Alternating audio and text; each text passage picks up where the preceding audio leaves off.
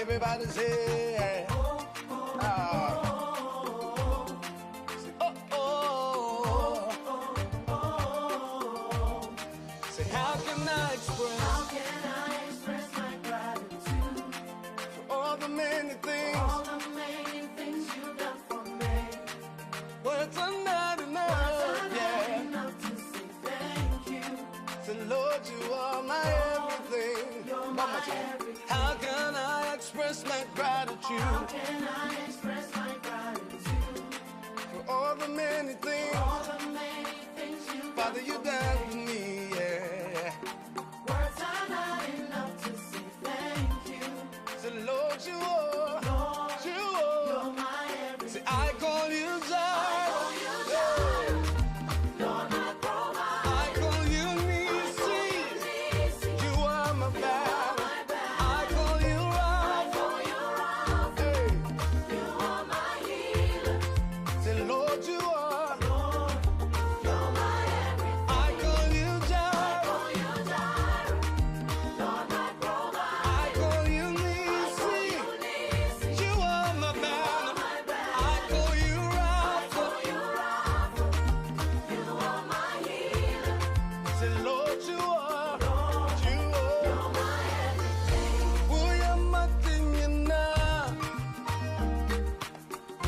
Uyamatingina. Uyamatingina. Oh, uyamatingina. Yeah. So, uyamatingina. Uyamatingina. Yeah. Uyamatingina. Oh, uyamatingina. Say, I call you Jireh, say. I call you Jireh. Lord, my provider. I call you Nisi. You are my battle. I call you Rapha. Hey. You are my healer. Say, Lord, you are my everything. Yeah. Are you ready, everybody? All right, listen. Will you make one copy? 1, 2, 3.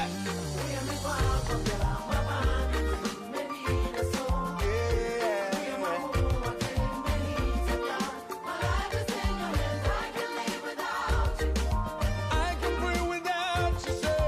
I can breathe without you. I can move without you, Lord. I can move without you. Hey, who am I without you? Who am I without you? Say, I can live without you, yeah. I can live without you. I can breathe without.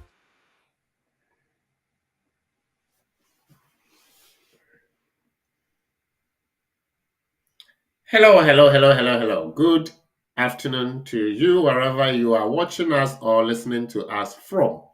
You are through to the Community and the Law program, brought to you by BW TV.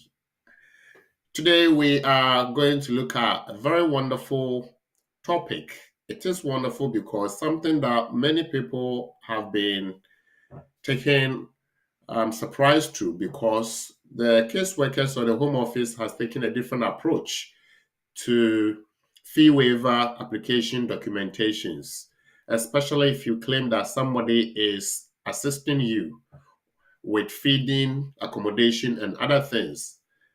Should a person provide their bank statement to support the claim you are making and the fact that they are supporting you? Yes, should they? Is it compulsory? That is the conversation for today. So get ready, get good. And as we welcome you, we again want to thank you for making time this afternoon to join us. So remember to share so that others will have opportunity so that we can learn, grow, and develop.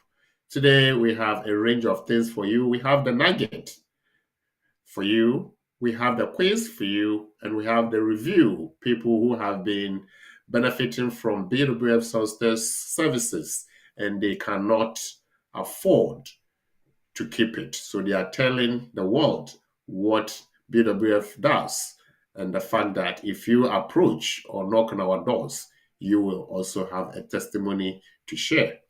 So stay put, stay glued, We turn around for a quick commercial break, and when we return, we will start with the show.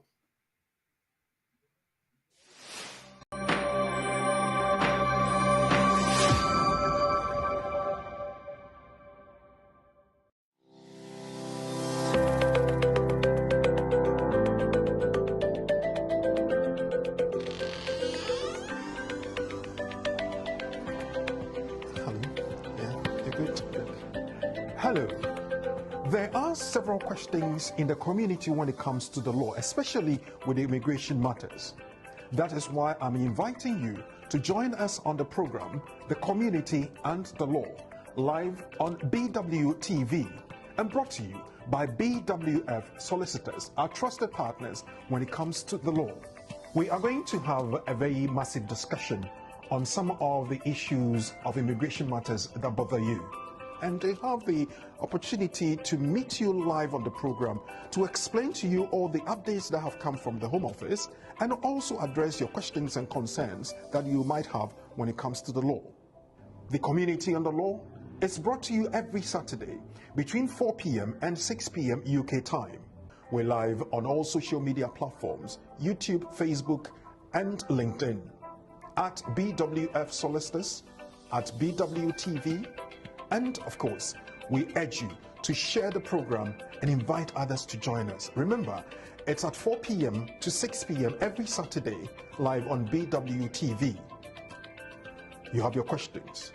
There are answers. So join us, learn, and empower yourself on the program, The Community and the Law. So pick up the phone and dial 0208 493 7345, or you can send a text 07950 422 780. It's The Community and the Law. My name is Oreku Frimpon, and I am your host.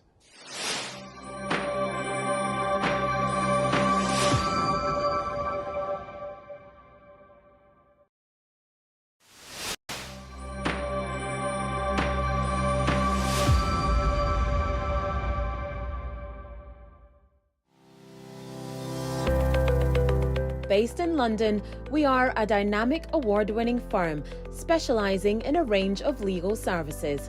Welcome to BWF Solicitors, a trusted and experienced law firm specialising in immigration and nationality, appeals and judicial review, dispute resolution, family and matrimonial, and other family law disputes with international context. These include matters such as private child arrangement orders, contested and uncontested divorce, non-molestation for domestic violence, and financial remedy. Our childcare and family team appreciate the issues facing you at such a difficult time. Our advice is delivered in a confidential and sensitive manner. Meet Bernard Owusu, our esteemed senior partner. With over 32 years of experience and known for his expertise and dedication to serving our clients and the community. BWF Solicitors stands for integrity, respect, excellence, teamwork, diversity, inclusion, and service to the community. We provide tailored assistance specific to your case. At BWF Solicitors, every day is filled with dedication, creativity, and a commitment to finding the best solutions for our clients. Our team at BWF Solicitors is ready to assist you with all your legal needs. You can find us at the 4th floor, Anna House, 214 to 218 High Road, Seven Sisters, London, N15 4NP. Our main office line is 0208 493 7340, or our emergency line is 07712 761 884.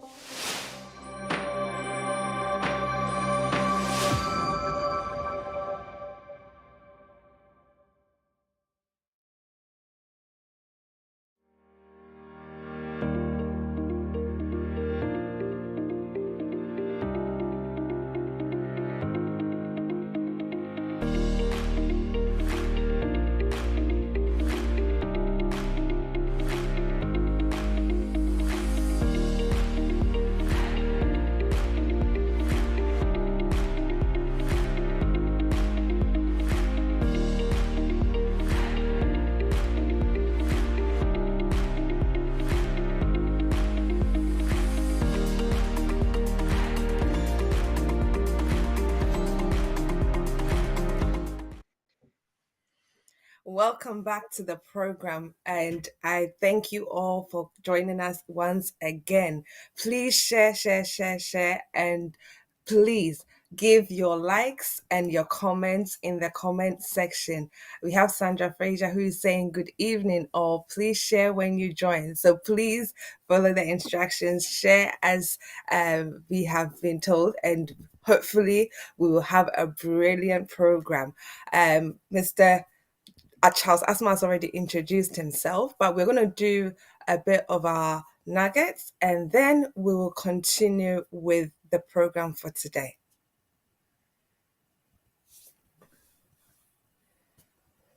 So we have a review by one of our clients.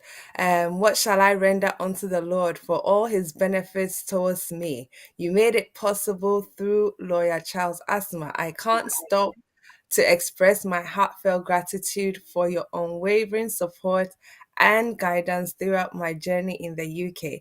Lawyer Charles, thank you for your time, your effort, and everything on me. I do really appreciate it. BWF solicitors are the best. Thank you so much, Mr. Isaac Hagan. We appreciate you too. Thank you. And so we will continue with the program for today. We'll look at the nuggets and then we can move on to our main topic.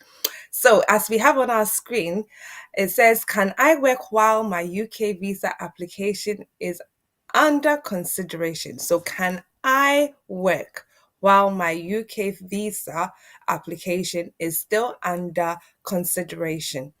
Yes, if you made your application before your current leave expires, even if it is expired whilst your application is under consideration by the Home Office. So you can still work whilst your application is with the Home Office under consideration. And this is under Section 3C of the Immigration Act of 1971 as amended. And it says that where an application is made to extend or to vary a person's existing leave and the application is not decided before that leave expires, that permission will be extended until the application is decided or withdrawn. And this was what was stated in the case of R. Akinola and Anor and the Upper Tribunal and Anor 2021.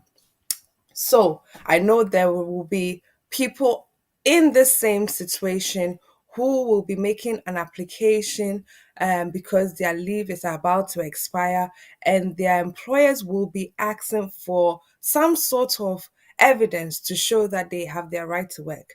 There are some of us who are able to share a code to make sure that we are able to work whilst our applications are under consideration.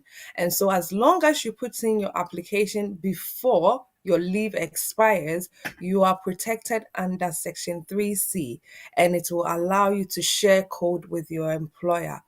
It's also important to note that if you are not yet able to share a code with your employer can still go on the .gov.uk website and do an employability checking service. So once they have put in your unique application number into the employability checking service, they should be able to have a response as to whether you can work within a 5-day period. So hopefully when we get through the show, we will come up with our questions and hopefully we would have our viewership give us the correct answer to our quiz questions as well.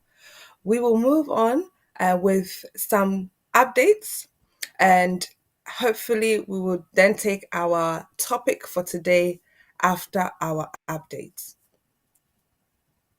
So we have sponsor license compliance. Home Office announces tougher measures for employers, those that are holding sponsor licenses.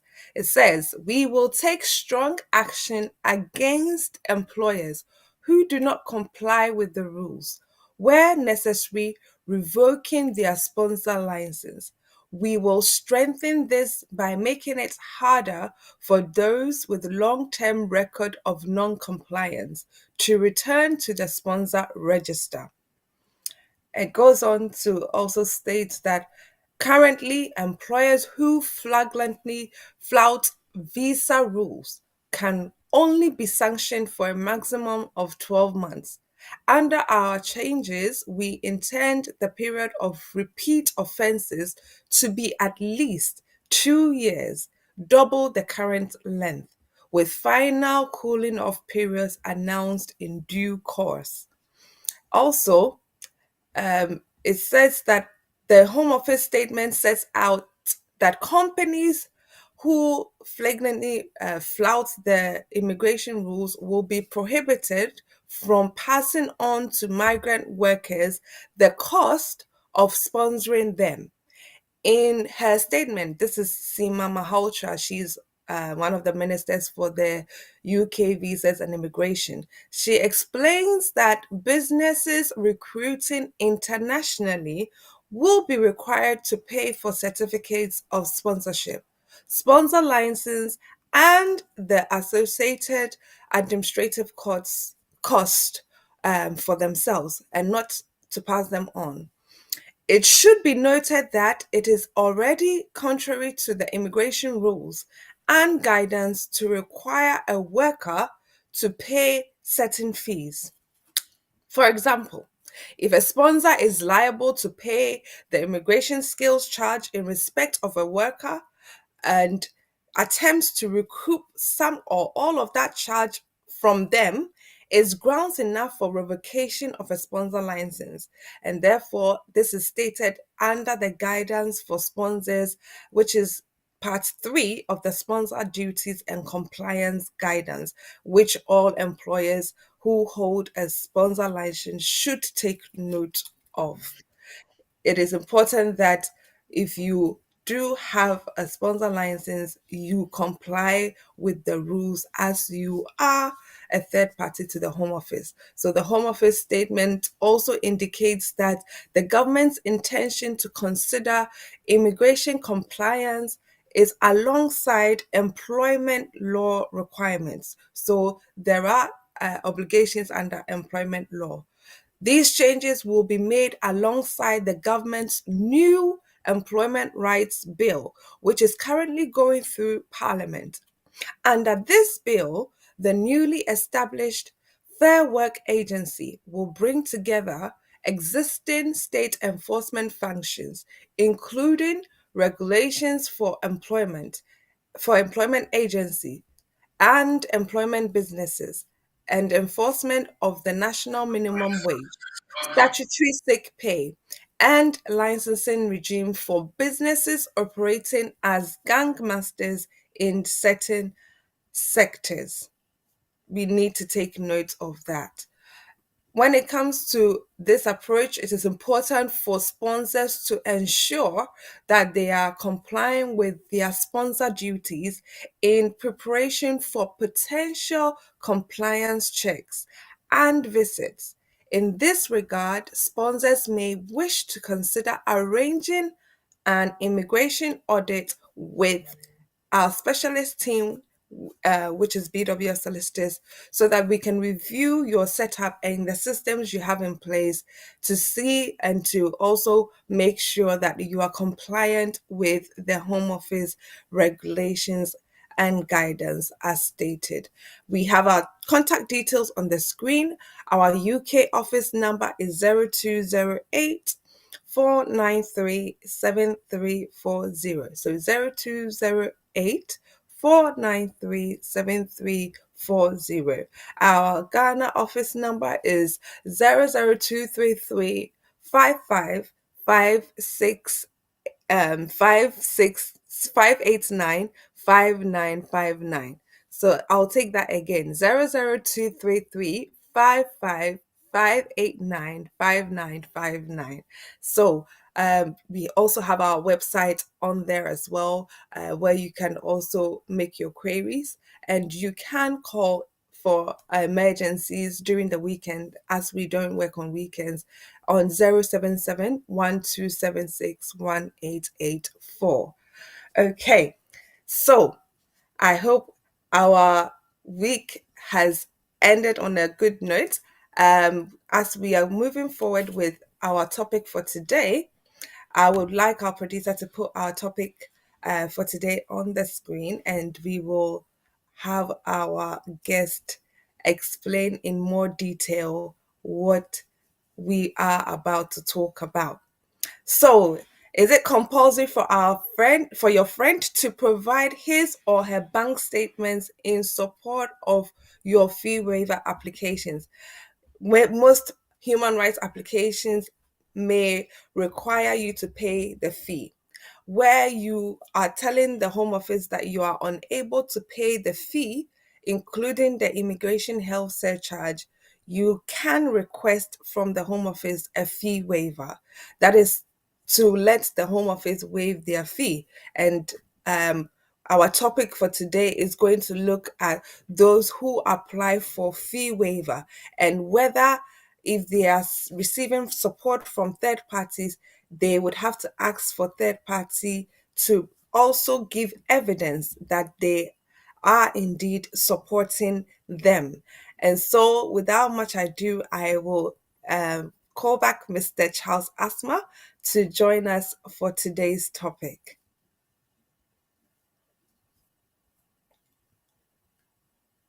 Thank you very much,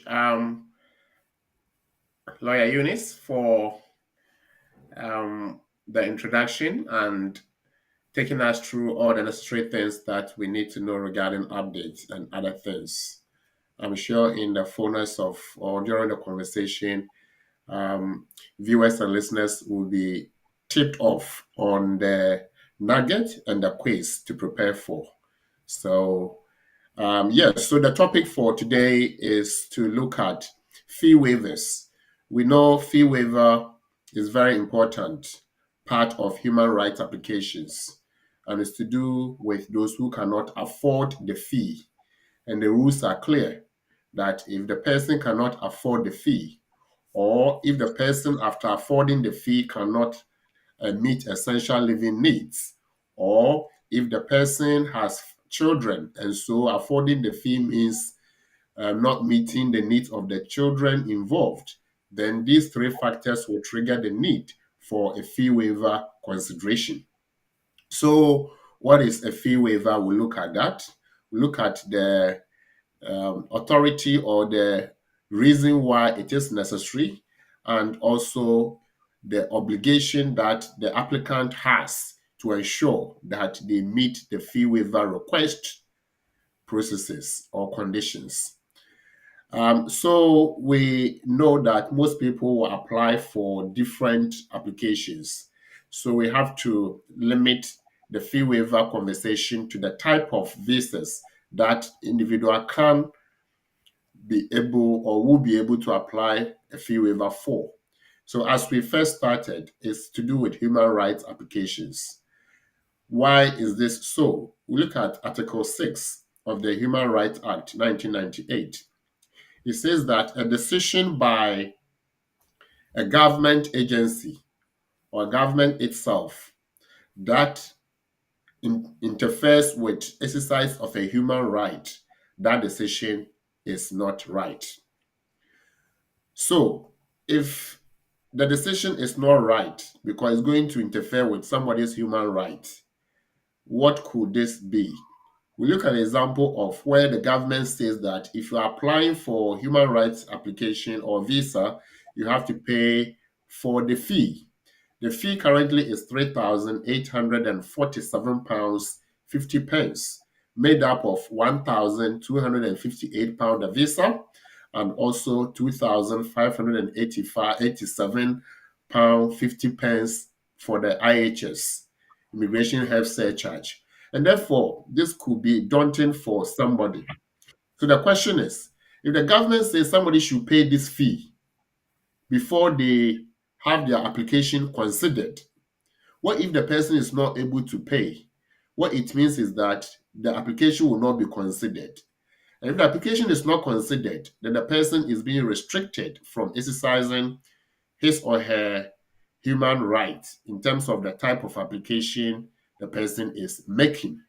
What it means is that per that decision of the government to ask the person to pay the fee, and the person not being able to pay the fee and so not able to exercise human rights, Section 6 of the Human Rights Act is engaged. And so, how do we draw the line between ensuring that that part of the law is intact and at the same time people exercising their human rights? So the government thought through and came up with a policy to ensure that people can exercise their human rights and the government can also stick to its obligations under the law. And so the fee waiver policy was promulgated, where the government says that if you want to apply for or make a human right application and you cannot afford because three factors are present, then ask for us to either reduce it for you or remove it completely for you. Hence, apply for a fee waiver. Make a request for us to waive the fee. In making the request, you have to tell why they have to waive it for you. So your first point is that I cannot afford because I am poor. Poor to the extent that the money I get from family and friends or from employment is just enough for my living needs to cover my rent, to cover my food, to cover my clothing, those essential living needs, grooming, transportation, and few others. And so, if I pay for it, then I cannot meet those needs. Therefore, I cannot afford the fee. That is a point. However, you have to show that you cannot afford it. Or you say that even if I'm able to afford it now, in the next 12 months, my finances will change and therefore I'm going to be unable to meet my needs. And so you have to waive it for me, what we call imminent destitution. Or you say that I have children, and so even if I'm able to afford, it means forfeiting the needs of my children, and that will go against the well-being and welfare of my children. And so you have to waive it for me. So these three factors are present. However, because you are making a claim that you cannot afford, you have to prove that indeed your claim is founded. So I'm going to request producer to share with us the policy guidance and the key things that we have to look out for. We then look at certain documents that you need to provide and why if you are not able to provide them, your application or request for a waiver may not be considered. So this is human rights based and other specified applications, fee waiver. As we said before, fee waiver request is for human rights application, i.e., family applications, private life applications, and humanitarian applications, including discretion for you to be allowed to remain in the UK. So the guidance is clear, and this was updated in September 2024, so not too old. We look, if you go, uh, producer, please scroll down for us, go down. Right, to the eligibility part. Okay. So who qualifies for fee waiver? So stay there for us. So I'll ask host to take us through who qualifies for this bit. Okay, so under eligibility, it says that applicants are eligible to apply for a fee waiver where they wish to make a specified human rights application and require payment of the fee before considering the application would be incompatible with their rights under the European Convention on Human Rights. So the courts have considered fee waiver in immigration context in three important cases. Thank you. And yeah. Yeah, so if you pause there for us. Yeah, so in addition to the background, there's also case law in connotation in that it is not just enough to only rely on the policy. There's also court ruling that you have to, as a caseworker, consider the person's plight before you insist on payment or not. And so we have series of cases, the case of Omar, the case of Carter, the case of Gineku, all point to the fact that fee waiver is necessary to ensuring that people can exercise their human rights. We move on to the next phase, which talks about the areas that this guidance applies to. So, producer, yes, stay there for us. And host, kindly take us through the various applications. So it states that the guidance applies to applications for permission under the 5-year partner route from applicants who are not required to meet the minimum income threshold because the sponsor is in receipt of a specified benefit relating to disability or caring, and in brackets see Appendix FM, and adult dependent relative adequate maintenance and accommodation. Secondly, those that are eligible are those who are making applications for permission under the 5-year parent route. Then you have third, applications for permission under the 5-year private life route. Fourthly, we have applications for permission under the 10-year partner, parent, or private life routes. Then we have applications for permission on the basis of other human rights.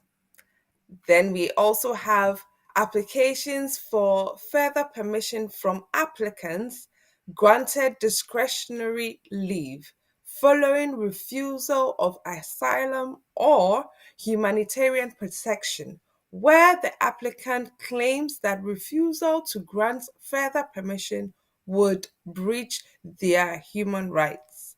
And lastly, they will also consider those making applications for permission to stay in the UK as a child under Appendix Child, staying with or joining a non-parent relative under Appendix C and P. Right. Thank you very much. And it goes on to say that applicant will only be granted. So the proviso here is very important. So please, if you can tell us, just read this bit for us, those that will only be Okay. granted. So it says applicants will only be granted a fee waiver on the basis of the human rights in cases where the underlying human rights claim on which they rely forms a substantive basis of their application.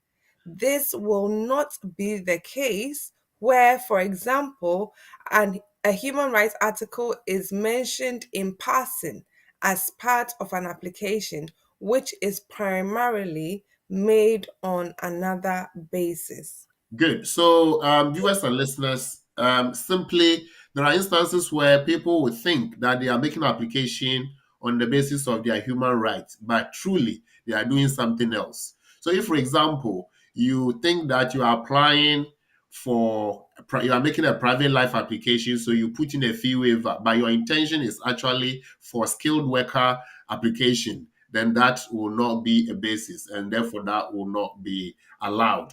So fee waiver applications or request is only for human rights applications. And therefore, the common ones mainly will be applying as a parent, applying as a child, applying as a spouse in some limited circumstances. So granted that we want to apply for fee waiver because our circumstance suggests that we cannot afford the fee of £3,847.50. Now you apply and you make a case. And in making the case, you have to explain who supports you financially. And you support in saying that either you work and so your income is not enough, or family and friends support you. So if family and friends support you, in most cases, if you are working, you have to provide your bank statement. If people are supporting you, do they have to provide their bank statement? Generally, those people are third parties, and therefore you can't force them. But the question is it now the case that those people must provide bank statement in support of fee waiver application simply because you claim that they are supporting you? Is it compulsory? The answer is yes. So there is case law, and the case is the case of SAG, SAG. So case of SAG and others. And this case is 2024 High Court case. And the case simply say that it is compulsory that the friend or family member who is helping you with your essential living needs, your accommodation, your feeding, your clothing, as you claim, should be able to provide their bank statement to prove that they themselves cannot pay the fee for you. Because if they are able to pay your food, your clothing, and what have you, then if they have the means, they should be able to pay for the fee. So more or less a responsibility on those people to do more. Is it fair? Well, we are not discussing the fairness of the policy, but again, they want people to ensure that they are able to make out their claim. So if you are claiming that John is the one who is supporting me, however, John has told me that he cannot afford any more because of his financial difficulties, then John should be able to provide his bank statement for the caseworker to see that indeed he cannot afford to support. So we are going to take a simple case and look at how this work out in terms of caseworker perspective. And if they are not able to get a response, what happens? I'm going to pause here for my host to speak. When we come back, we'll look at the part of the policy that talks about evidence to support the fee waiver request. Then we'll put all together and look at example. I believe it's quite interesting that now people who make a fee waiver application have to have the third party evidence that proves that indeed this third party is supporting them financially. And most people, especially if, for example, if it's a mother with a child or a mother with children making this application, most of the time they are relying on somebody who is a relative or probably the child's father to provide some sort of financial support in order for them to be able to have something to eat, have something, somewhere to sleep, and the rest of it. And so it becomes very, very important that if the third party now has to provide evidence that they are providing them with some sort of financial support, then it must be the case that most third parties will now be thinking, do I really want to say that I am providing this financial support to you? It puts a lot of mothers in a tight corner because if third parties are going to be, requested to provide their bank statements, for instance, and they say they wouldn't, how is that going to work out in terms of these applications that have been put in for fee waiver? It will be interesting to see what the applicants will have to do next.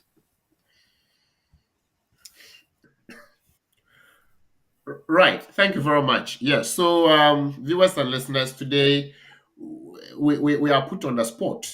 If I say we, all those of us seeking to make a fee waiver application. In the past, we had the flexibility to provide third party statement or not. But now there's no option because the High Court ruling is clearer that if you are willing to help, then you must be willing to go to the last stop with the person you are helping. What it means is that if you claim that you are the one helping them with everything, and therefore you cannot afford anymore, then bring your evidence that you cannot afford anymore. And if it turns out that your bank statements show that you can afford anymore, then they will ask you to help them with the fee as well. And so, does that take away kindness and goodness? I don't think so. They'll still want to show kindness and goodness. I'm sure will still go ahead and offer themselves totally in terms of making their statement available. But you see, we specialize in making sure that when the law arrives, we digest it and share with the public so that people understand the perspective. So that when you are making application and you are seeking information from the friend who is helping you with accommodation and other things, the person is aware that my obligation extends to helping my friend to go through the immigration process as well. So we go back to the guidance. Producer, please take us to the guidance note and let's look at key things. So scroll down for us, please. Stay there, please. Yes, thank you. Assessing a fee waiver request. So the request is made, and the caseworker is required to assess the claim or the request. So once the assessment is made and they believe that it is not clear or it doesn't make full sense, they will accept, they will reject it. If they are happy with it, they will accept it. But before they decide to reject it, they have to come back to you. And so this is the assessment process. I'll ask the host to help us with how the assessment works. Okay, so it reads, when assessing a fee waiver request, this includes where the applicant's income is not sufficient to meet their child's needs, or payment of the fee would leave them unable to meet their child's needs. Each case must be considered on its individual merits. The onus is on the applicant to demonstrate that they qualify for fee waiver. So the onus is on the applicant to demonstrate that they qualify for a fee waiver. When assessing whether the applicant meets the criteria for a fee waiver, you must consider the whole of the amount to be paid. That is, the application fee and immigration health surcharge, where an applicant can pay the whole of the immigration fee but none or all or only part of the immigration health surcharge, the immigration fee will be required and the waiver will be applied to the immigration health surcharge.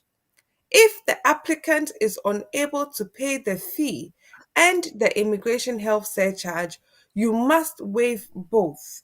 It is also possible for an applicant to apply just to have the immigration health surcharge waived. Where, sorry, producer, Okay. I can't see the rest of it. If you could, yes, host. Yes. So I think so. What we'll go, we'll move down. Producer, please go down gently for us. There are bits we want to pick out for viewers and listeners where it talks about evidence. Go down, Yes. please.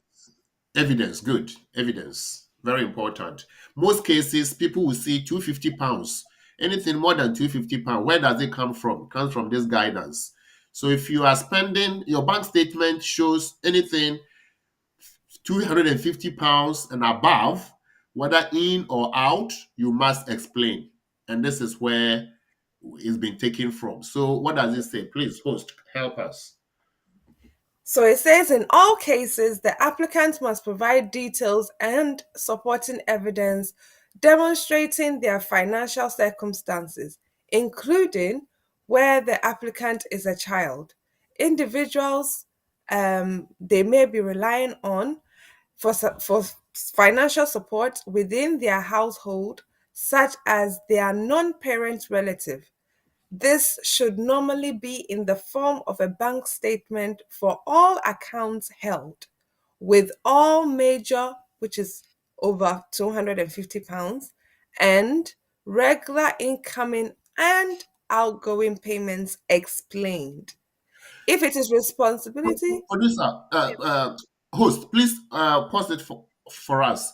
Producer, okay, please go and highlight non-parent relative. Highlight that for us. Non-parent relative. They are non-parent relative. That line. They are yeah, non-parent relative. Oh, if you, I think you've gone past an evidence. An evidence itself. yeah, Yeah, yeah, that bit. Yeah, non-parent relative. Good. So you can see that it says non-parent relative. What it means is that even if you are making your child application and you say that the child needs are met by, for example, their father lives somewhere, but the father visits them, the father supports in one way or the other, then of course the father is a parent, so that is even clearer. But what about their godparents, their godfathers, church leaders, church friends, whatever? All these people are non-relatives, and their statement should be provided to check to see whether they can help out with the fee or they cannot. So it's not just family members; it goes beyond family members. So that's the bit. Host, please go ahead. Is it their responsibility? so it is the responsibility of the applicant to provide a full account of their financial circumstances, a full account of their financial circumstances. Where they are supported by a third party, they must also demonstrate that the third party providing support is not reasonably able to provide funding to support payment of the fee. Evidence should be up to date. Sorry. Yeah, if we pause here to, and that is the crux of the matter, and this is the matter that actually went to court in the case of SAG or SAG and others versus the Home Office 2024 Supreme Court ruling. And here the person took the government or Home Office to court, saying that you cannot force, I cannot force a third party who is being kind to me to provide their statement. So if somebody is being kind and I'm forcing them, they will take the kindness away or will draw that goodness. And now I'm going to be in trouble. So I can't force them. They can choose or they cannot. Then the court said that, yes, fine. We are not saying they shouldn't help. But what we are saying is that if they want to help, then they should help to the end.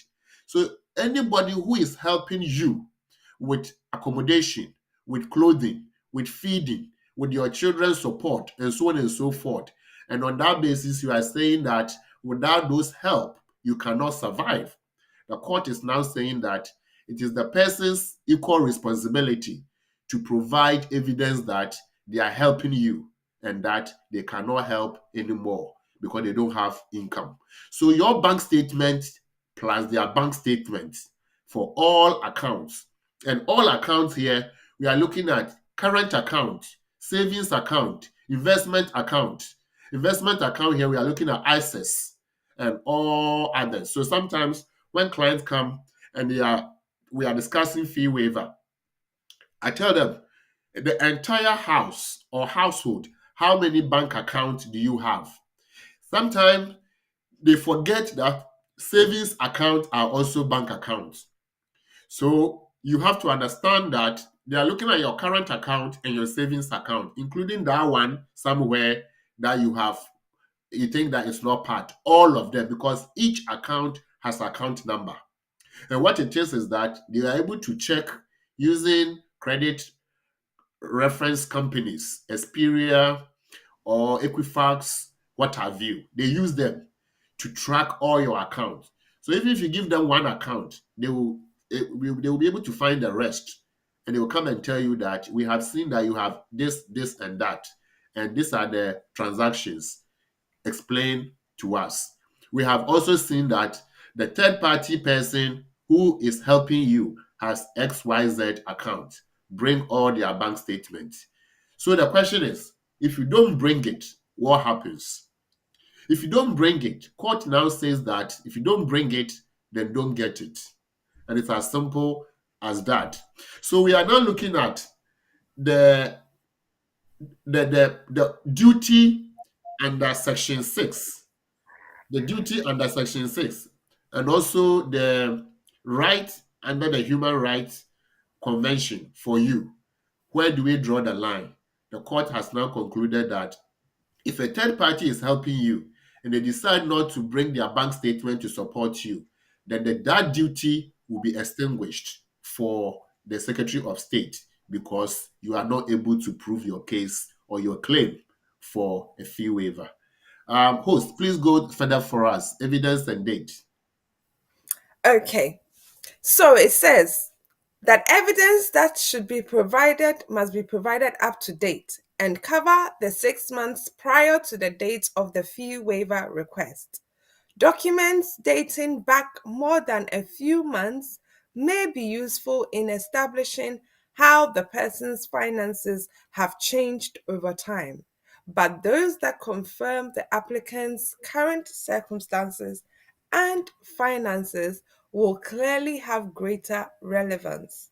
You should normally expect to see information and evidence relating to the income of the applicant and individuals they rely on for financial support within their household, such as for Appendix C and P applications, their non parent relative regarding their accommodation, the type and the adequacy of accommodation, the amount of their rent or mortgage, or of their contribution towards this, and their outgoings in terms of spending on things like food and utility bills. This information should be supported by, sorry, if you could go down a bit more, um, this information should be supported by independent evidence, such as their pay slips, bank statements,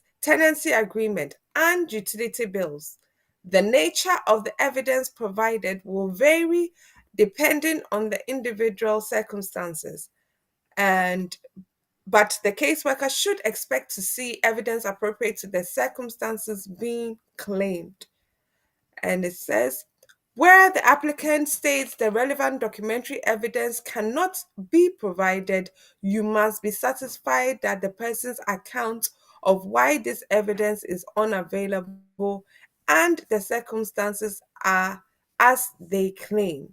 By making an assessment of their credibility, the applicant should be able to provide information as to how their financial position has changed over time and may still be able to provide some evidence depending on the nature of their circumstances, such as bank statements or eviction notice or written testimonies from people previously or currently providing them with support. If the caseworker is of the view that the applicant may qualify for a fee waiver in circumstances where all the requested documentary evidence has been provided, the case should be referred to a senior caseworker for further advice. Thank you very much, Lawyer Eunice, my host for the day. Yes, so viewers and listeners, it's now getting tougher to make a fee waiver claim or request. Now, the responsibility is not just on you. It is now compulsory that third party friends, third party work colleagues, or even good Samaritans who meet us on the street and they decide to help us should be prepared to provide evidence that they cannot help us financially to pay for our applications. Our question for today is whether it is compulsory for those people to provide their statement, bank statement, in support of our claim that we cannot afford the application fee. And from the guidance note so far, and from the case or the ruling in the case of SAG and others versus the Secretary of State for Home Office, it's clearer that you cannot avoid asking them to provide their bank statement in addition to your own bank statement and that of your children if you have children. Now, as we read the guidance note, is there a way to fight back if they say no because you can't get the statement from those third parties? It says that it's a matter of credibility, and therefore it's a credibility assessment. Whether they will accept or they will not accept depends on the circumstances. So when you are making the application, they will ask you, how much do you spend? How much do you earn? So you have done the income and expenditure breakdown. They ask you who provides for your needs. You have indicated a friend. How much does the friend gives you? You have indicated, because that has to match your income, you've indicated that it's £250. Because this friend is an individual, the friend naturally, or the starting position is that they have to add a letter to confirm that they are the ones helping you. But now they also have to provide their bank statement to show that they cannot help you anymore because they don't have money. Not that they are no longer kind, but because they are also hard pressed or they are in financial difficulty. So if you're a third party, how do you prove that you are in financial difficulty? So you can't just write it in your letter that I am not able to help my friend because I am in financial difficulty, I've lost my job, or I'm this or I'm that. They will ask you to provide your bank statement to show that you don't have balance in your bank account to help your friend, or you are not receiving income anymore such that you can help your friend. What if I'm getting support from council? Will I require bank statement from the council? The answer is no, because council is not an individual third party. So if you are getting support from council, then it's obvious because the council letters will show that this is how much you get. And on the basis of the assessment, we can work out whether the council support is enough to cover your needs so that you are able to pay for those application fees. What if you are getting support from church? Church is a charity organization. Should the church provide bank statements? This guidance or the case law does not extend to charity organizations such as church. So what does this extend to? It only extends to individuals who are helping us, friends and family who are helping us with our essential living needs. So let's draw the line. So it is still possible that if you are getting support from charity organizations, if you are getting support from council, if you are getting support from church, then you can go through and meet the test under the guidance. But if you are getting support from individuals, then those individuals must be made aware that in sending your documents, they have to provide theirs as well. If you don't send their documents, they will come back to ask for it. And the guidance says that if they come back to ask for it, you must be prepared to tell them that it's compulsory. They have to give it to you to send to them. Thank you so much, Lawyer Charles Asma. I believe that a lot of our viewers who have taken note of this will definitely make sure that in their next human rights application, when they are applying for fee waiver, they would inform every or any third party support to provide them with evidence that they are indeed supporting them financially. I believe that most third party support is done out of kindness, as you said. And as the economy is now, a lot of people are hard pressed. People will to be kind to others, but it's not always that you can go as far as paying for the person's home office fees or immigration health surcharge. So I believe that um, in doing this, in providing the financial support to the applicant who will be applying for their leave to remain, it wouldn't be a hindrance also to ask for them to provide their bank statements or evidence that they are supporting you financially.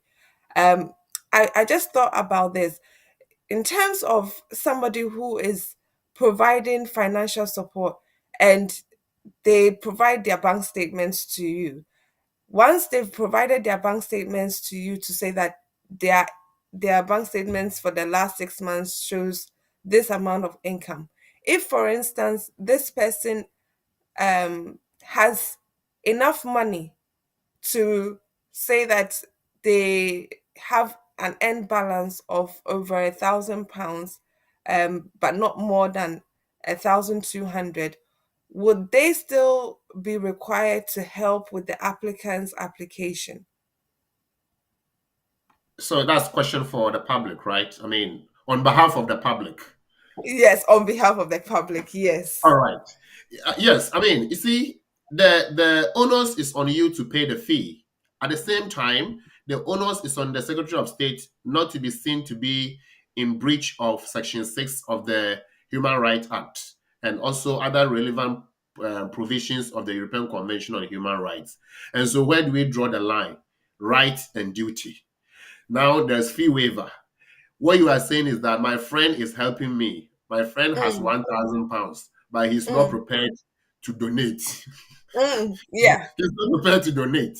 yeah. Well, what the case law now says that if your friend is not prepared to donate, he shouldn't be prepared to be kind right from the beginning, unfortunately. And therefore, if the person's bank statement shows £1,000 balance, the question is, if the person gives up that 1,000, would the person be found in destitution? Then that is area for argument. Because if I have a balance of 1,000, doesn't mean that 1,000 is safe. Maybe that Mm, 1,000 is budgeted for my family who are in dire need, and therefore it's going to go the next day. So it's a mm, matter of explanation as to why this money is already ring fenced. And therefore, mm, much as it's here today, it's not going to be there tomorrow. And so giving it up means that I give myself up and I have to trade between my friend and myself, literally. The next point is this, that if the person is able to donate that £1,000 or whatever money they have according to the bank statement, that's what a caseworker will say. That mm, those friends and family, third party people who are helping you, we can see from their bank statement that they can afford to mm, assist. Are they going to assist in whole or assist in part?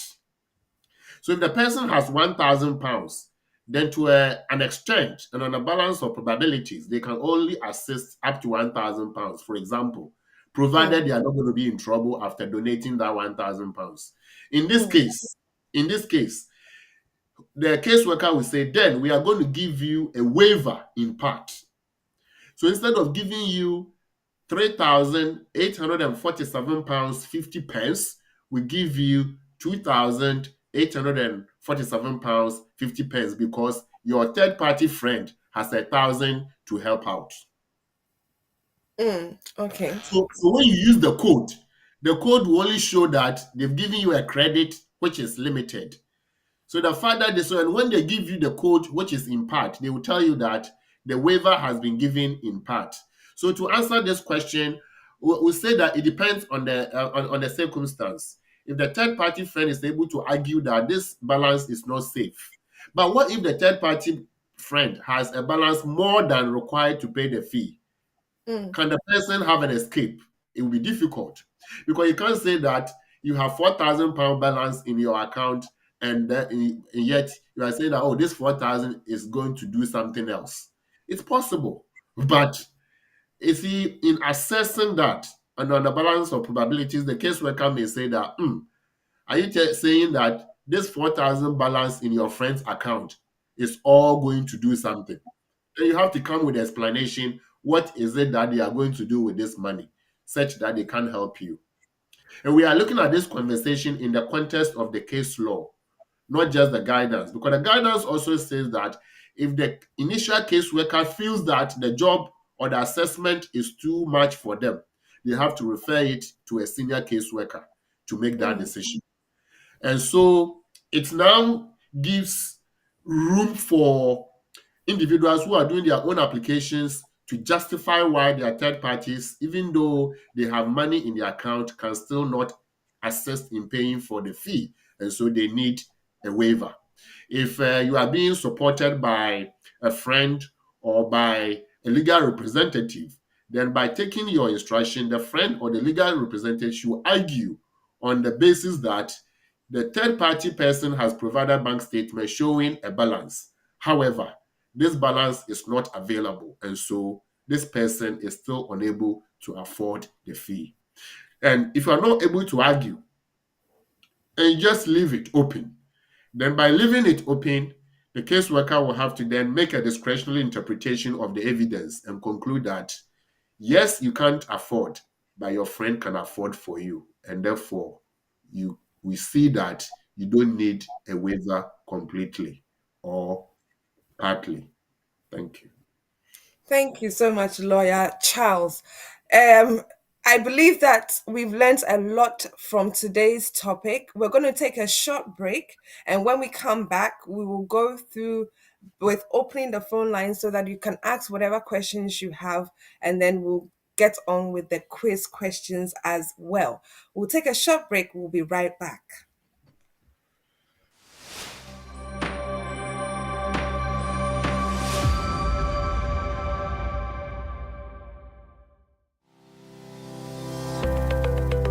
Based in London, we are a dynamic award-winning firm specialising in a range of legal services.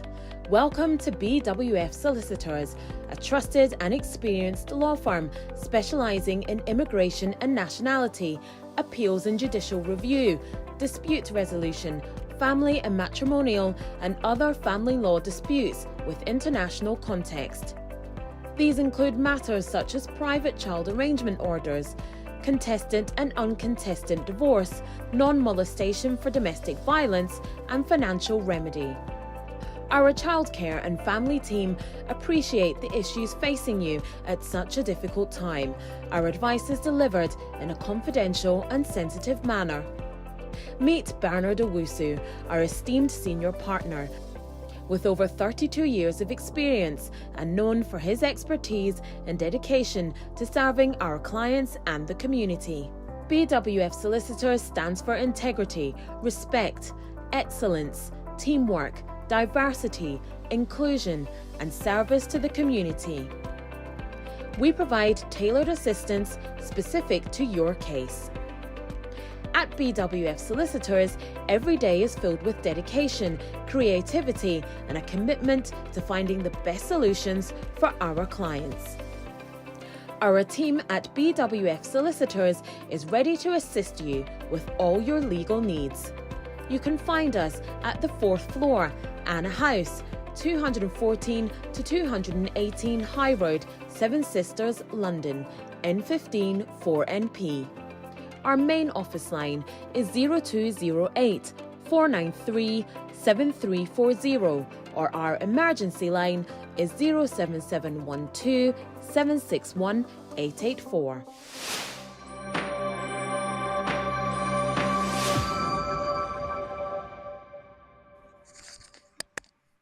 Welcome back to the community and the law. I hope you've shared the program and you've enjoyed the program yourselves so far. We're going to open the phone line, and if you have any questions, please do put them in the comment section, and we would read them out for Lawyer Charles to answer them. Our phone number for the program for today is 0208 493 7345. I will repeat that again: 0208 493 7345. We'll be using this studio number for our program for today. And if you have any questions, please do call, or you can put them in the comment section where it would be read out and answered for your information. So we will go on, and thank you so much to those who have joined us so far. We are so grateful for your support and viewership. We will go on with the questions that people have put out. Nana Etiahene says, please, does it mean that the third party financial sponsor who is non-relative must provide 6 months bank statements for all his bank accounts? Does this also include their credit card statements? Lawyer Charles. Um, so ordinarily, credit card statements are not bank account statements, so you don't have to. However, I would say it is helpful because they will help the case. In that, if I have a credit card statement that shows that I owe X amount, then that is evidence enough to say that my third party sponsor even is in trouble, and so they cannot be helpful to me. And so, even though you don't have to, you may have to do it in support of the claim that you cannot really help your friend. Thank you so much, Lawyer Charles. I believe there was another question as well. So this is a text message. It says, "Hi, I have an indefinite leave to remain, and I brought my wife on the spousal visa to the UK in June 2024. She left her two children who are both under the age of 10. I'm now going to apply for them to join us in the UK. First, how much is their application fee? And secondly, what is their financial requirement? What is the financial requirement for this application? And thirdly, what documents do I need to make the application with?" Lawyer Charles. Let's break the fact down. So this is Julia. So Julia has indefinite leave to remain. Julia, oh, okay. I have My wife. indefinite. I brought my wife. Oh, okay. So this is Julia's husband. Okay, all right. So this is Echo. Echo has indefinite leave to remain. Echo brought Julia to the UK 2024. Okay, welcome, Julia. She left her children back home 10 years. I'm now going to apply for them. Okay, all right. How much is the application fee? Okay, it's clearer now.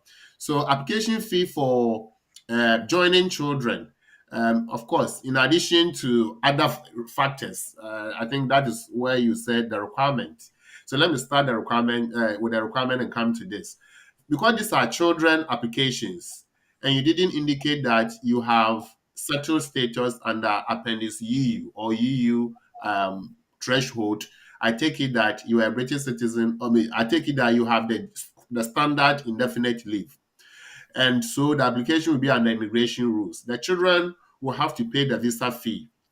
Children visa fee applications, I will not be able to quote the exact figure. And the reason is that the figures change every time with the exchange rate, because whatever country they are in is quoted in dollar, and therefore it depends. So I would say that for the last ones we have done, the child paid the visa fee itself was about 1,009 something. But as I said, don't quote me on that because I'm giving estimate. So this is just estimate. You don't have to rely on this. So if you want the correct one to rely on, call after the show, not today, next week. Then we'll be able to check the one we submitted a while ago to be clearer on that. Now, the child will also have to pay, depending on the circumstance, will have to pay the IHS fee because they are joining their mother, Julia. They are joining their mother, and I'm sure you are the stepfather from what you've told us. They are joining their mother, and so they will have to pay the IHS fee. But the IHS fee will not be payable until they are ready to issue the visa. So that there's flexibility. Again, the IHS fee for children is about $1,300. Again, I have to be clearer on that so I can refer later and get back to you. So don't quote me on that. This is just for learning purposes. Now, in terms of your next question, what is the application? What is the financial requirement for this application? Financial requirement. Okay. Now the children are joining their parent.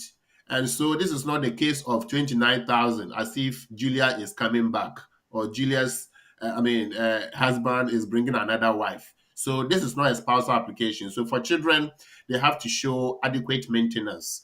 Adequate maintenance is defined under case law. The case of Ahmed says that your money should be equivalent to a week, should be equivalent to people who are on benefit. And depending on whether you are in London or outside London, London threshold for 2025 or 2023, 2024 was about £496 a week. 2024, 2025 is where we are now. But mind you, it will change in April, and we are still in January. And so we are using 2023, 2024 benefit threshold. So for those in England, uh, London is 496 a week. So 496 a week, yourself, your spouse, and the two kids coming. That would be more because it says if you have a child or two children, it goes up. So let's assume that it's X amount. You pay your rent and you pay your council tax. So whatever money you have after paying your rent and council tax should be enough to accommodate or to meet your needs and the children's needs as they come. So if you are going to make this application yourself, sit down, look at the benefit threshold, look at your income and that of your husband or your wife, and conclude that we have enough for ourselves and the children. But I think if both of you are working, then you should be fine. But you have to relate it to the process, which is the benefit threshold for 23-24 financial year. Now, again, you have to show accommodation. So you must have enough accommodation. You said the children are 10 years old. We don't know their sex, whether they are both boys, both girls. If they are both boys, then they can share one room. Both girls, they can share one room. But if different gender, then they will need to have the separate rooms. So let's assume they're separate for prudence purposes or prudence sake.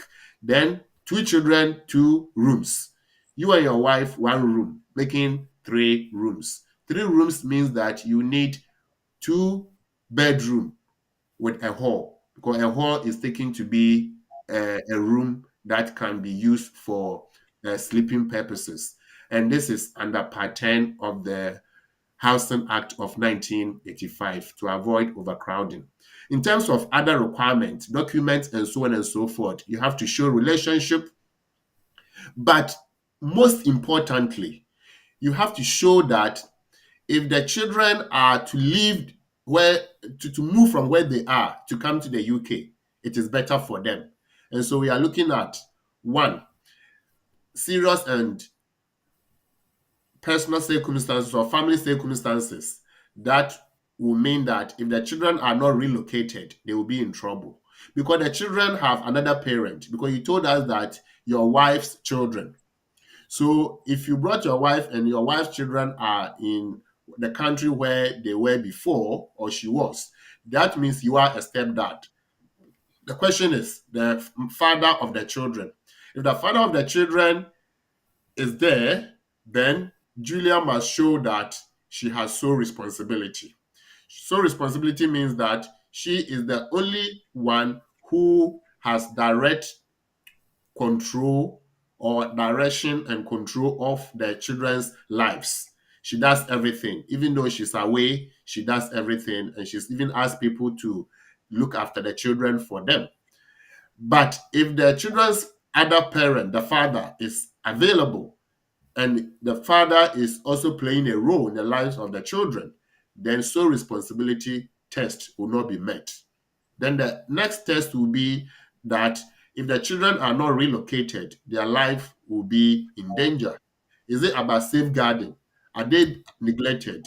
Are they abused? And what is happening that needs for them to be relocated? If it is concluded that upon social welfare assessment, they've advised that it is better for the children to be relocated, then you can argue on that basis and move the children from there. So here we're looking at appendix children, paragraph CHI 3.1, 3.2, 3.3. and that talks about showing that the children must leave or showing that you have sole responsibility. Again, if we look at paragraph 297 of the immigration rules, we look at part E, we look at part F. It says that part E, you must show sole responsibility. Part F, you must show that there's serious and compelling family circumstances in the lives of the children, to the extent that leaving them there will not be in their best interest. But if you go to part D, it says that if the one parent is dead, then the other parent has automatic sole responsibility. And so if the other parent is dead, they have to provide death certificate. If the other parent is alive, they have to show that Julia is the only one playing the entire role in terms of the upbringing, in terms of direction and control, in terms of all the decisions to do with these children's lives. So you can see that it's not a case of 1+1. It's a case of putting all the evidence together, making a holistic assessment, and concluding on a balance of probabilities that it is better for the children to be relocated than for them to be allowed to remain where they are, if it's a matter of life and death.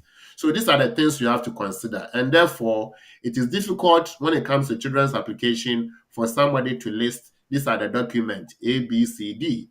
But I can point out that you have to show relationship. You have to show finance, adequate finance. You have to show sole responsibility. And you also have to show serious and compelling family circumstances. It's either sole responsibility or serious and compelling family circumstances. So you look at which one is best under your circumstance to rely on in terms of making the children's application. Your question possibly is this doable? I would say it is doable because we've done for many, many children who have joined their parents. If you want to have a go, knock on our doors and we'll be able to assist. Thank you so much, Lawyer Charles, for that very detailed answer. I believe that he's gotten his answer and he will do likewise. We have our next question from Ibrahim Munkalia. He says that under 20-year private life, my 20 years, I'm thinking he's trying to say it will come to an end on the 30th of January 2025. But I do not have my entry passport. I believe that's what he's trying to say. I entered by boat. What can I do? Lawyer Charles. All right, okay. So this is somebody who wants to make a private life application on the basis that they meet paragraph 5.1a of Appendix Private Life of the Immigration Rules, which says that if you have lived in the UK, whether with papers or no papers, and you are currently an overstayer, you can apply for leave to remain.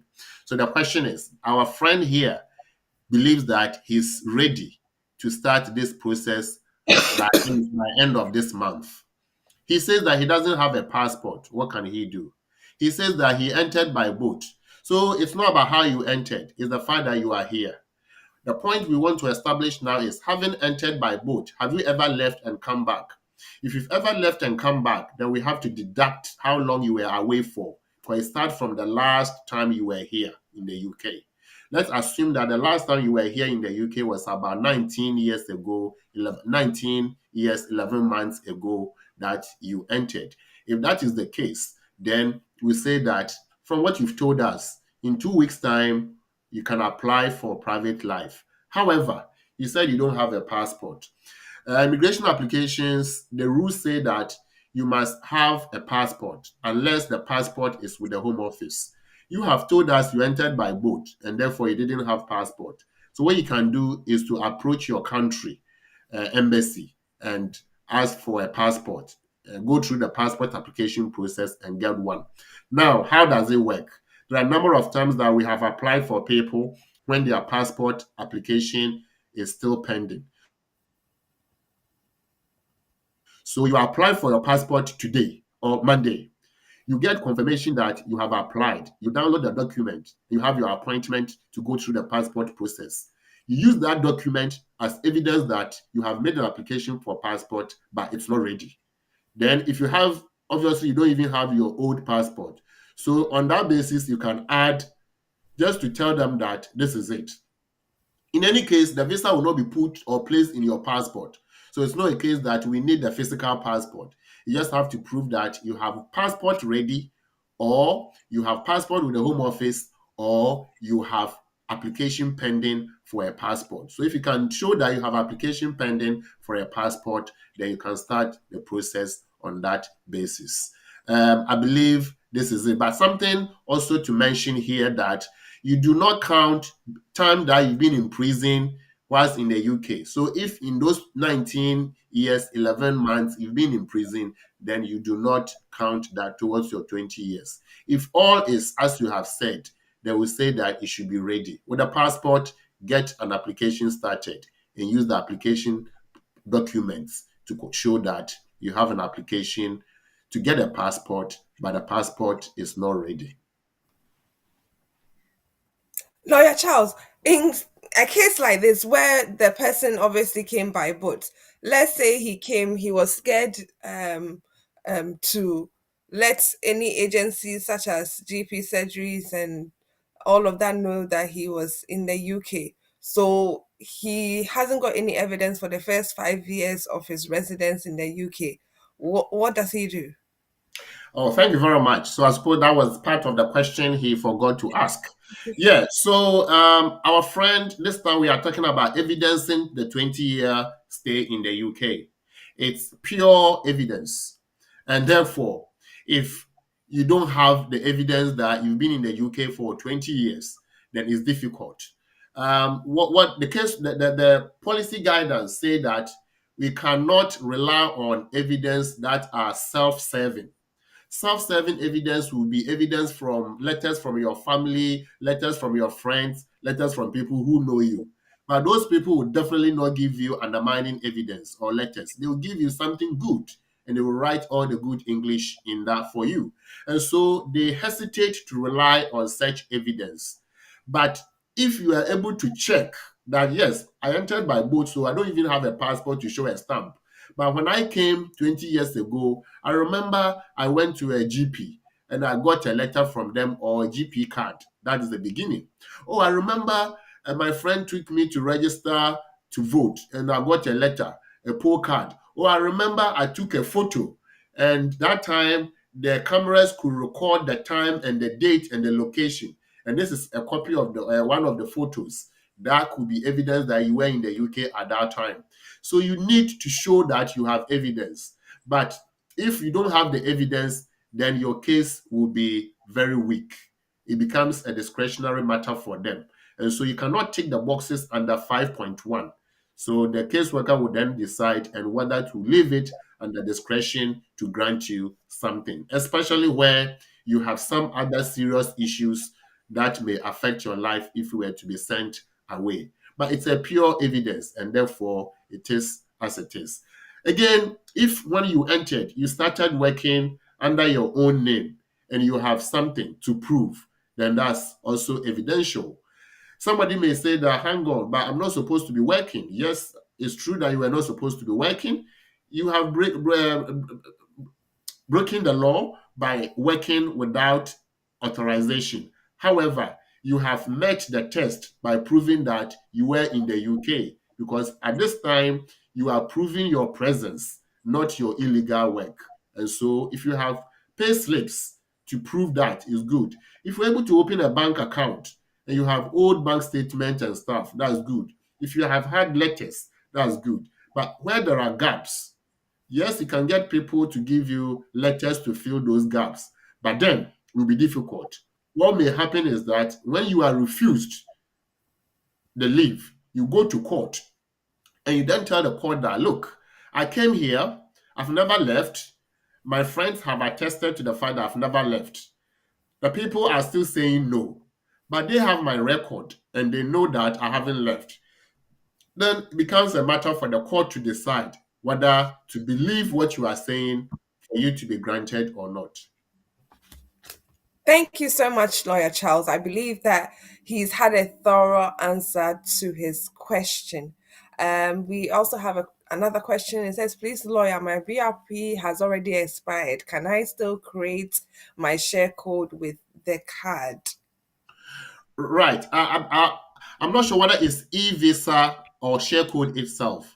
But with share code, once you go on the system, even with e-visa, there is a concession that if your BRP card has expired, permit has expired, and it hasn't been more than 18 months, you can still use it to go through the e-visa process.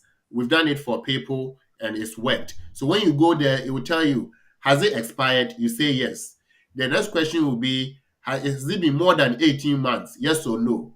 If it's less than 18 months, you can still go ahead. If it's more than 18 months, then obviously it's properly expired. But if it is expired 18 months ago, why did you not replace it? And therefore, it's possible that it hasn't expired for more than 18 months. So you can still go ahead. And if you don't have the e-visa, you can create e-visa with a card. The share code is standard because with a share code, you would have created immigration status account.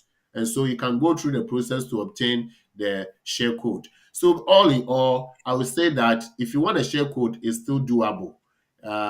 Yeah, so please go on the system and try with the card if it is not expired for more than 18 months. So does that mean that those whose cards expired on the 31st of December 2024 can still use it up to 2026 June? Yeah, they If said 18 months, so it's still working. Oh, Yeah, we've done a couple of them for people. Earlier on, I thought that the card is expired, but when you say yes, it's expired, the next question yeah, comes: is it more than 18 months? And that mm, is the eureka moment. Then you say yeah. no, you go ahead again. Go ahead again. Okay. So yes, all those who have um BRP cards that have expired on the 31st of December 2024, you can still go ahead and create a UKVI account for e-visa. So we have another question by Edubahin. Says, please, how long um does it take for 2.5 application based on a child route? Yes, I think that's what he's trying to say. I think it's maybe the person is asking how long it will take for the decision to be made. Yes. Yeah. So if applied for your child, how long will it take? The rules say that standard is 6 months, but again they moved it to 9 months, and they came back to say they can't be sure when. And so I would say that wait for 6 months. If it doesn't come, wait for another 3 months. If it doesn't come, give them a little time. But if in any reason you need to travel with a child for emergency family need, then you have to go to them to say, we have a family emergency. This is the evidence. It's death. It's whatever. Then, based on the evidence, you make a request for them to expedite the decision for your child's application so that you can travel with the child because you cannot leave the child behind. Then they will make a decision on that and grant so that you can travel or you can do whatever it is. But if you don't have evidence why they have to escalate it, then it may be the case they will say wait because they have backlog of applications. Okay, I believe that answers his question. Our time is fast spent. We'll take this last question and then we'll move on to our quiz questions for today. So he says that Kofi has an ongoing application, and at the time of applying for renewal, there was a police investigation, which he knew would delay the process. Additionally, he was not eligible for priority service due to the investigation. Since the investigation has now concluded with no further action taken, what steps can Kofi take to expedite his application, especially having a family emergency? Okay, I think family emergency point has been dealt with in the earlier point. Question. Yeah. Yes, but what Kofi can do is to do what we have advised our friend who came before him. If there is reason for family emergency, provide the evidence and write to them that have family emergency. Don't even mention the investigation. And if there's no trigger point, they will expedite it. If there's a trigger point, they will come back to tell you why they cannot make a decision on this occasion on priority basis or by expediting it. Thank you so much, Lawyer Charles. Okay, so if we can move to our quiz questions for the week, and we should be able to take a few of our viewers' answers.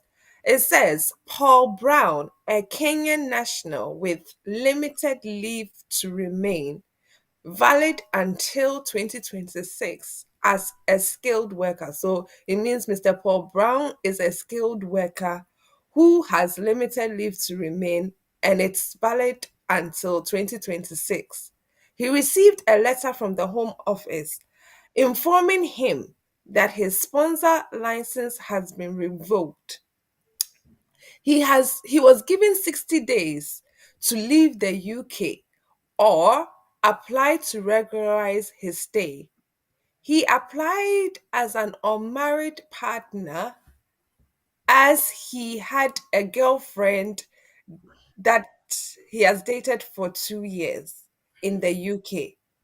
2 weeks after receiving the letter, um, he applied as an unmarried partner um, as he had a girlfriend who he had dated for 2 years in the UK, 2 weeks after he received the Home Office letter. And the question is, can a new employer employ him after he made his unmarried partner application?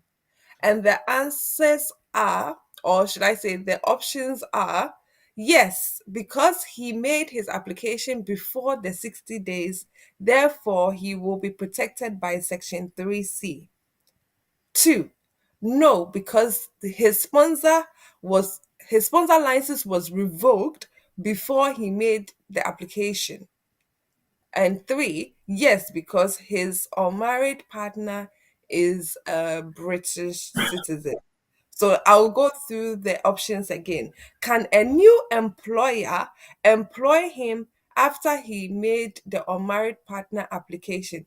And the first option is yes, because he made his application before the 60 days. Therefore, he will be protected by Section 3C. Two, no, because his sponsor license was revoked before he made the application. And three, yes, because his unmarried partner is a British citizen. For those who would like a recap of the nugget, we would have the nugget on the screen again so that you would be able to answer our quiz question. So the nugget says that, can I work while my UK visa application is under consideration? Yes, if you made your application before your current leave expires, even if it expired whilst your application is under consideration by the Home Office, you are protected by Section 3C of the Immigration Act 1971 as amended, where an application is made to extend or vary a person's existing leave and the application is not decided before that leave expires, that permission will be extended until the application is decided or withdrawn. This is also as in the case of R. Akinola and Ano and the Upper Tribunal and Ano.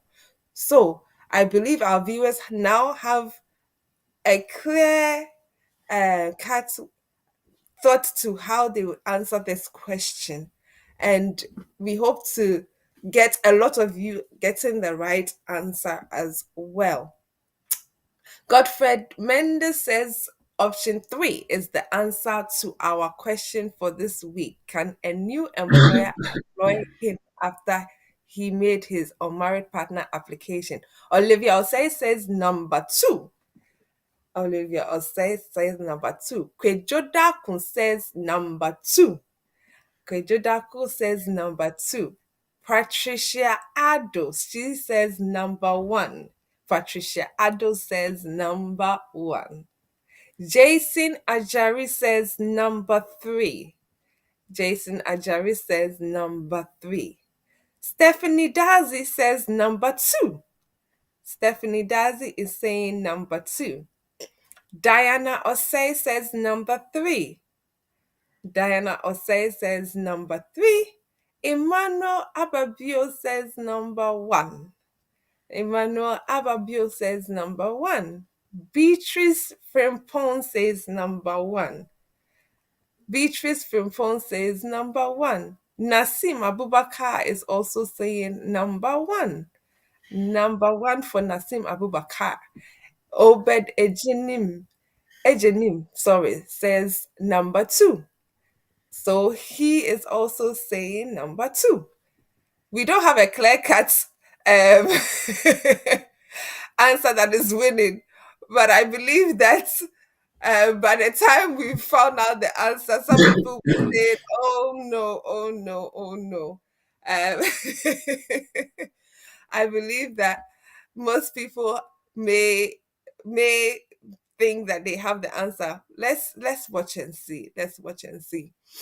So, Lawyer Asma, would you help us out with the quiz for today or this week, should I say?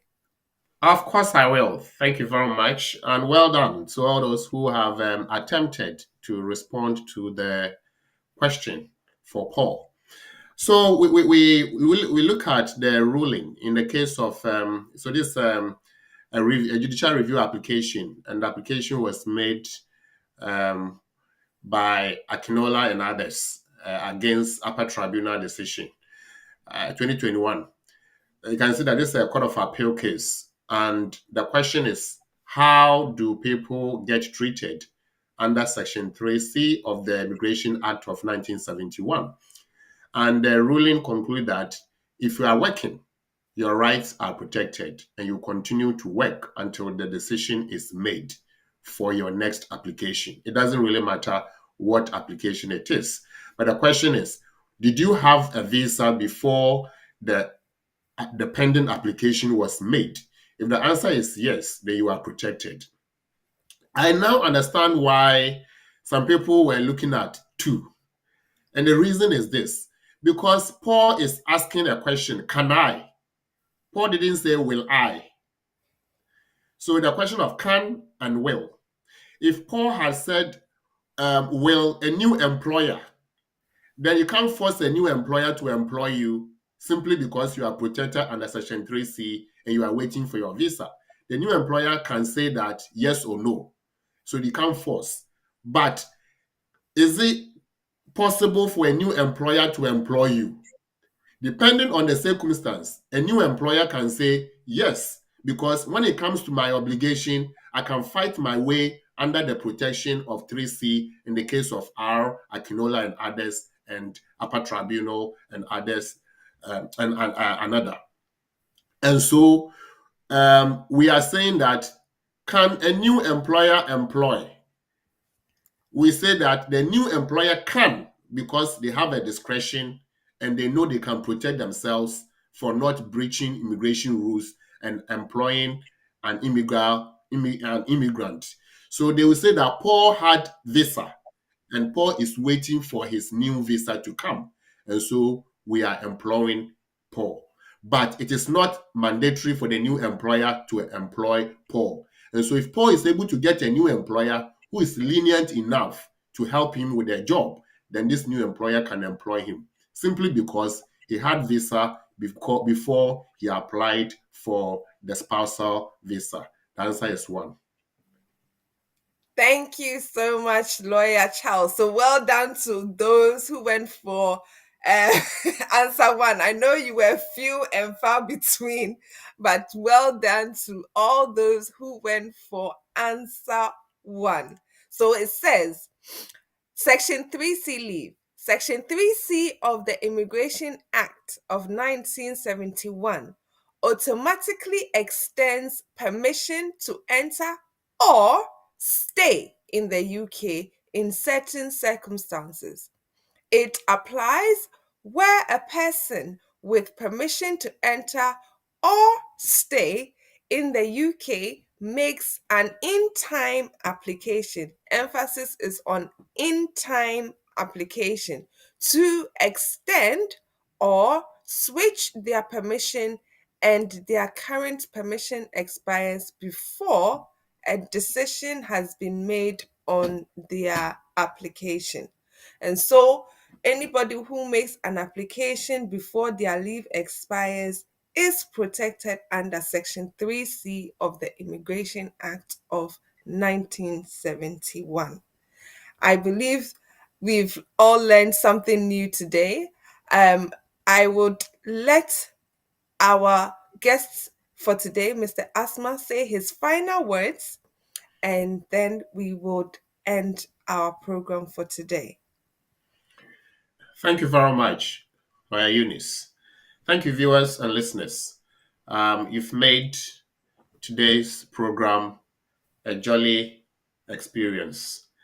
What we add in summary is that there's case law that makes it compulsory for individuals who are helping us with our fee waiver applications, saying they are the ones helping us with food, clothing, and shelter, to provide their bank statement in support of the help they've been giving us. And here there's case law under the case of SAG and others. And here the law says that if you are helping, when it comes to demand on you to provide evidence that you are helping, you have to be ready to provide. That's a summary of that case. And therefore, we are looking at confidentiality and disclosure. When it comes to disclosure and confidentiality within the rules, there is conflict. But if the disclosure is required for the purpose of meeting a legal requirement, then disclosure comes before confidentiality. So if the third party is saying that, hang on, my bank statement is a confidential document, I cannot give it to somebody, then the caseworker is also in that we have obligation to get the bank statement from you because you claim you are the one helping.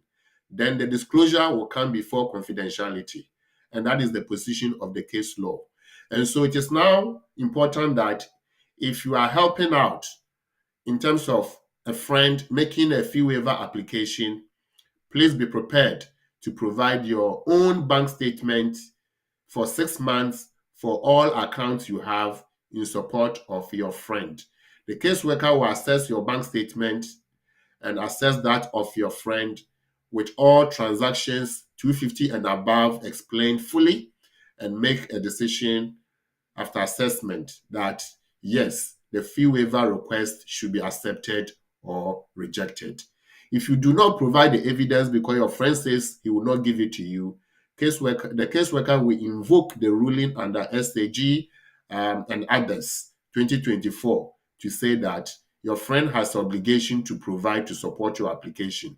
And so if they are not giving it to you, then we cannot be sure that you cannot meet the payment obligation under your application. And so the waiver may be rejected. This is what we've covered today. Thank you for joining. Thank you so much, Lawyer Charles. And thank you to our viewers for joining us on the community and the law. I hope that you've taken something away with you from today's program and that you will share the program even after we've ended it. I believe that you have also taken down our contact details. If you wish to contact us for a consultation on any other issues apart from immigration, we are here to support you. Our telephone number is 0208 493 7340. So it's 0208 493 7340. We are open from Monday to Friday from 9:30 a.m. to 6 p.m. Apart from bank holidays. But if you do phone, we can either book a face-to-face appointment or a telephone or Zoom consultation with you. If you would like to come to our premises, our address is the 4th floor of Anna House, 214 to 218 Tottenham High Road. It's Tottenham, and the postcode is N154NP. So it's N154NP. We hope that you've truly enjoyed the program. We hope to see you again next week. Have a good weekend and a blessed week ahead. Bye-bye.